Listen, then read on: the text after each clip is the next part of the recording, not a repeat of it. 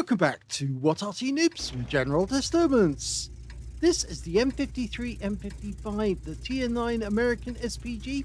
This one's located on the east spawn of Airfield, and it's under the command of talon1958 of OLIMP, his first entry in this week's competition.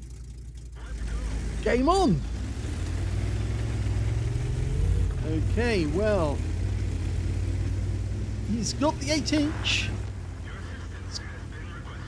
It's 203mm caliber, capable of 900 alpha, 52mm pen, and a 10.5 meters burst radius. The standard reload time is 40.27 seconds. He's got 32.22. Let's see how he gets on in this game.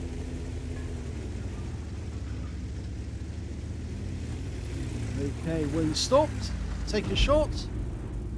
Now, as you may know already, Angelina set the limit or the lead with a first class and a bruise medal and a fairly high win rate as well. That's absolutely having a scorching battle it was as well. It was the one on El Halouf in the 212A, and Angelina was hammering the enemy, but her team was so good that they managed to finish off the enemy. Whoa! Before we were ready. Yes, the BZs with their rockets. With M75, he won't do the same because he doesn't have rockets at the end. Rounds out. Lands right in front of him for 291. He's changing position again. Now that score from Angelina is going to make it very difficult for Talon to beat her, because he has to get either a first class bruiser and the medal, or he has to get an ace tanker. If he gets the ace tanker, he wins this weekend's lie-in outright straight away, but it's difficult to get a first class bruiser, let alone a first class bruiser and a medal, so he is going to be kind of stressed to put out enough output to get that either the ace or the first class. Normally what I would suggest is to actually try and get a lower tier Arty and use that, preferably an Arty that not a lot of people play nowadays. Something like the M44 would actually be a good solution, because the M44 is played by so few that it actually has a much lower standard to get the ace tanker. That's just a little hint to Angelina and to Talon, for that matter. If you take your M44s out, you might get an ace tanker's first time. He's trying to get a shot on that unit, so he keeps popping up on top. But, oh, he's decided to go behind him. Well, that was a good aim, because it actually did land on the aim spot. But the problem was, I'm not sure the unit was there when the shell arrived. I think he'd moved forward at that point. Of course, he's got to maximize the output if he's in the tier 9, because loads of people play the tier 9, and that means you have to pump your shells out and get them onto the enemy as soon as possible. Rounds out, looks good. Actually hits the wall. RNG said no.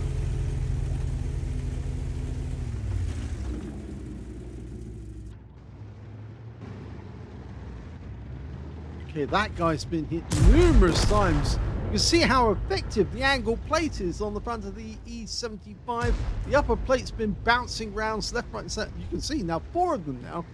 And the teammate has actually tried to hit him on the cupola, and the round actually bounced off the cupola, would you believe it? Just off the near part. That shot hit the engine rear, and 370 hit points for an HE round. Now, I might say, actually, at this moment, the easiest thing for him to do will be to move over to the corner. Alternatively, to aim over onto the far southwest corner of the map. But now that looks where he appears to be aiming, towards the cap. There's a Scorpion in there, but there's a couple of enemy tanks, a Patriot and another Scorpion over in the upper corner. Tier 9 game with tier 8 tanks in it. That guy's on Temple Mount. There's nobody there opposing him. Oh, he got a kill! And a blind kill at that. The T-54 first prototype wiped out. He saw him on that spot. Well, he saw him just behind that spot, actually. But he fired the round in ahead of his course, and he was wiped out by the round. So, very good shot there. He's changing position again. The Udas has been seen in the same area.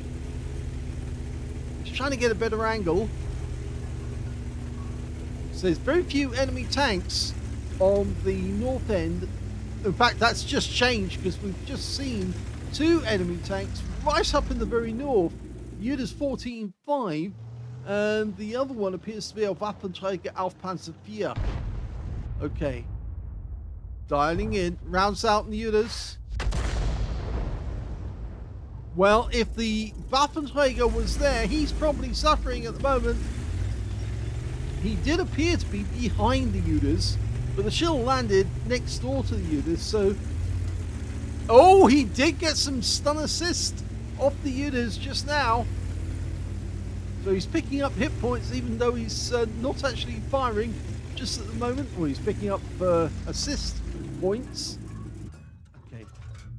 Looking towards the north again. Gets a better angle on that area. Well, actually, you get a better angle when you go north, but he's having a look in that corner. Can we get a shot at that guard? Looking. Looking. Yes, it's possible. Rounds out. It explodes behind him, but he did get stunned. And he didn't like that. Okay, we're getting somebody marked here. Our Scorpion's requesting fire on the Udas 14.5. Not fully loaded yet, so we're waiting to see which one's going to be the better shot. I think the Wizzy's going in after that guard, so it'd be a good idea to put the round on that area, but instead we're going after the Udas.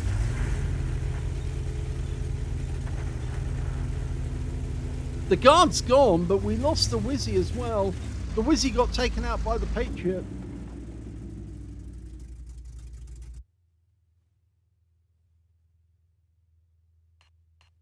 We're 2 down on the enemy at the moment, which is not so good. Let's see if we can get around on that Scorpion. Rounds out. Doesn't appear to have done anything, but if the Scorpion was there, he's probably suffering.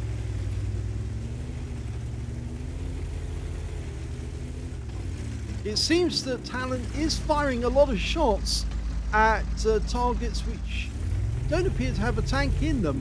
I mean, yes, he did get the kill shot on that T-54 first prototype, but he's actually firing at positions where there are no known tanks to be.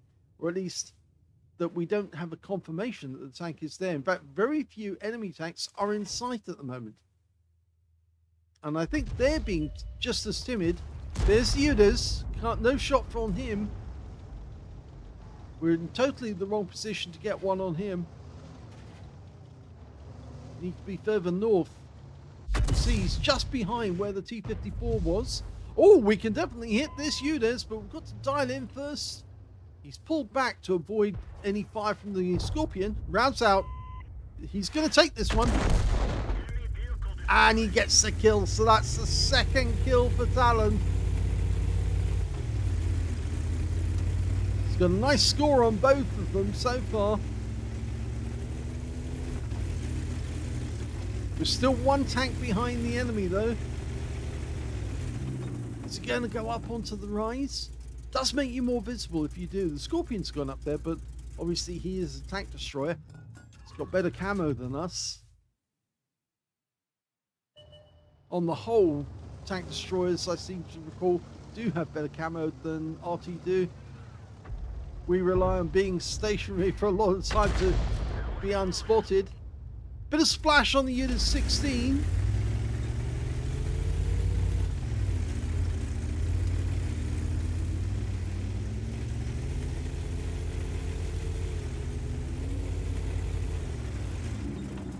changing position. He's moving north so he can get a better shot at that UDIS next time he comes to sight.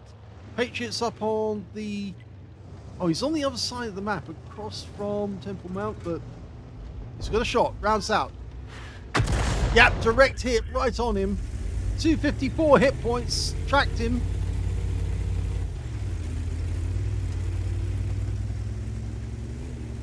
He's trying to get at the Object 430, I think. He's got to get by the Barask as well. Now, if we can lay a shell down on top of that Patriot, that will be very useful.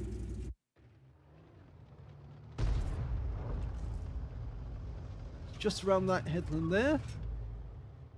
No shot from this angle.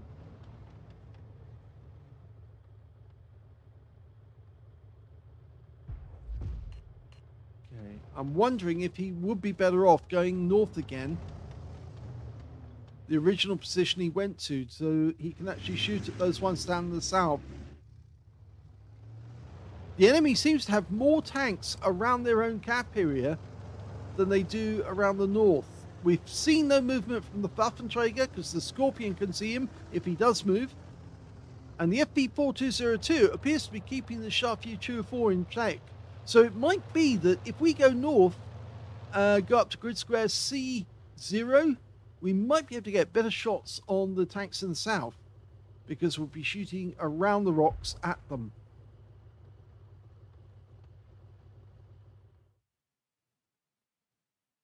Also, you might be able to shoot at that UDIS if he tries to go down the same gap that the T-54 first prototype went down. All the time that we're holding a shell but not using it, we're missing the opportunity to get some damage on the enemy. There's only 3 minutes left on the game, or 3 1/4, and he's still got plenty of ammo spare.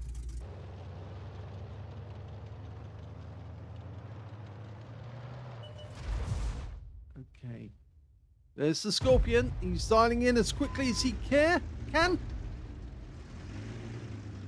On target. He's in the bush. Rounds out. Oh! Well, he moved out of the bush and we lost sight of him because our teammates didn't have any view range of that, on that position. And that means now we've got to sit and wait for another shell.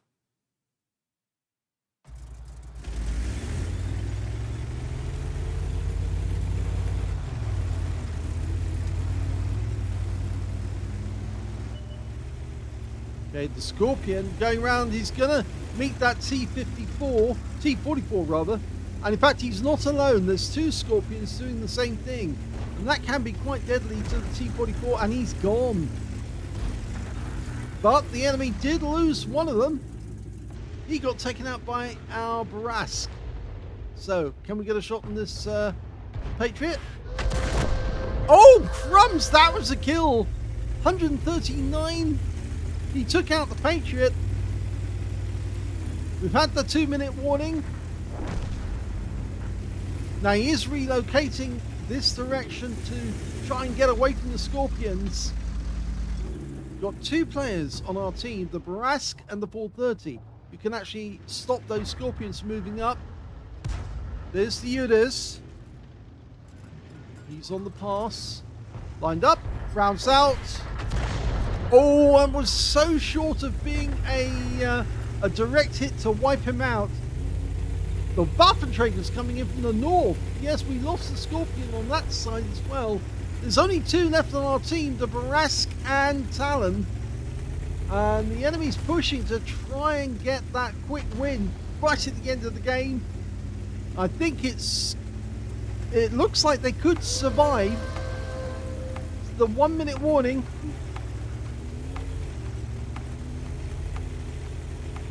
Okay, the Barask has managed to stop the enemy getting in via the south. I think we ought to follow him actually right now. I think Talon's got the right idea. Follow the Barask. They can't cap out. They are going for that Barask, but if there's more than one target, it will divide their fire. And if they'll get one hell of a surprise when an Arty comes over the edge, go for the Barask. Oh, he tried to get the units, but he ram kills the Char, and he gets the kill on him. So, what a great play there. Talon, 4 kills. He's behind a wreck, so he's got some cover. The Udas is missing out. He's looking at the wrong target. How are we going to survive? Oh.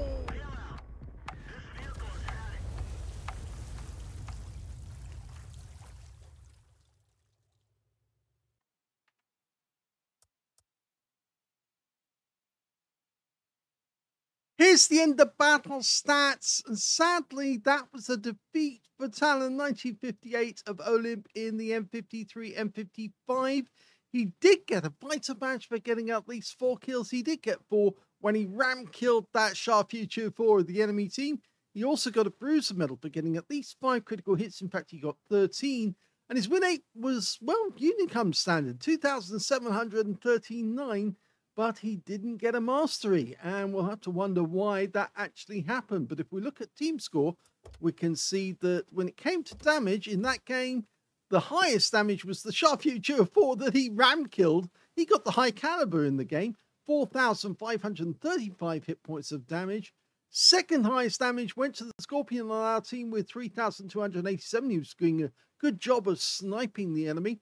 And the third highest damage in the game actually went to Talon with 2,471. So it's not lack of damage that caused him to miss out on getting a mastery. When it came to kills, he got the highest number of kills in the game. 4 kills to Talon. 3 kills went to the Shure MV7X, the guy he ram-killed. And 2 kills went to the Barask on his own team. And to the Scorpion, the Lorraine 40-ton, the Patriot, and the Waffenträger on the enemy team. And when it came to base XP, because the high caliber, because the XP is, you get a bonus for being on the winning team, the Shure MV7X managed 1,067. Then the Scorpion came in with 879. The other Scorpion, Scorpion G, managed 871. And we can see that Talon only got 526. Which means he's way down the scale when it came to XP in the game. And sadly, yes, he was 1 behind his own Scorpion when it came to XP. Look at the details. 18 shots fired. So he did fire a lot of ammunition. Only had 2 rounds left at the end of the game. Didn't have enough time to load the last shell. The good thing is that he did actually get that ram kill on the Shure MV7X. And that came after, of course, he missed the shot on the Udas. It's a pity, really, that he did do what he did, because if you think about it, he could have just ram-killed the Udas, sat behind the ram-killed, rather, the Shure MV7X, sat behind the Shure MV7X Shrek, and then aimed directly with auto-aim on the Udas, who was aiming at the Barask. And yes, so the enemy made the mistake of going after the Barask when they should have been going after you. And eventually they did, of course, turn their guns on you once the Barask was dead. But if you'd actually killed the Shure MV7X, then yes, you would have had a spare shell ready for the Udas immediately that you were free to hit him. And he had very few hit points as well, so he would have probably been taken out by the splash on that shot. 14 splashes on the enemy in that game. He did get 4 direct hits and no penetrations, but 14 splashes. Damage of 2,471, of which 2,255 were at more than 300 meters. He received 1 hit from the enemy. It was a penetrating shot. Of course, that one wiped him out straight away. 9 enemy vehicles were damaged, 4 were killed, 1,092 hit points of stun assist off 11 stuns. Now, on a premium count, he actually earned 32,136 credits from that game because he got a 45,000 mission completion bonus. And he also took away 789 XP. But I guess the reason why he didn't get even more was potentially down to the fact that there was long moments where he didn't have, he had a shell loaded, but no targets to shoot at because his teammates weren't spotting for him. And I think I probably would have been prompting them to get a spot, please, so I can actually get a shot off. But yes, certainly he did get some nice kills, though. That's obvious. You can see that from the scoreboard. The T-54, that was a blind shot on the same position where he was last seen. Of course, the other one, which was the Patriot, which he got as almost a departing shot on the Patriot, almost as he was about to turn around and run. But it did work. It got the kill. And the Udas 14-5, well, he pulled back, and that was his big mistake. He thought he was safe from the Scorpion by hanging back behind the rock, but no, he just made himself the perfect target for Talon, and he took the opportunity and took the guy out. But sadly, in the end, his teammates weren't up to it, and he was the last one killed. But I still think he might have been able to get that Udas, but for the fact that at the end of the game, he fired the shot, and it missed on the shotgun. I think he was just a fraction of a second too far away from the Udas. And then obviously Ram killed. He did that absolutely perfectly. That's the right thing to do. If you've got no shell in the breach, go to the Ram, take the enemy out with the Ram, and well, at that point, so long as he was hiding behind the wreck, he was okay. But unfortunately, the Udas had a friend with him, and he was able to get the kill shot in the end. That took him out. So yes, it worked out to be a loss, but I'm not sure why it's only a third class, really, or no third class, because I would have thought he would have got something out of that. It was a good game, 4 kills, huge amount of damage, but sadly no class, no mastery.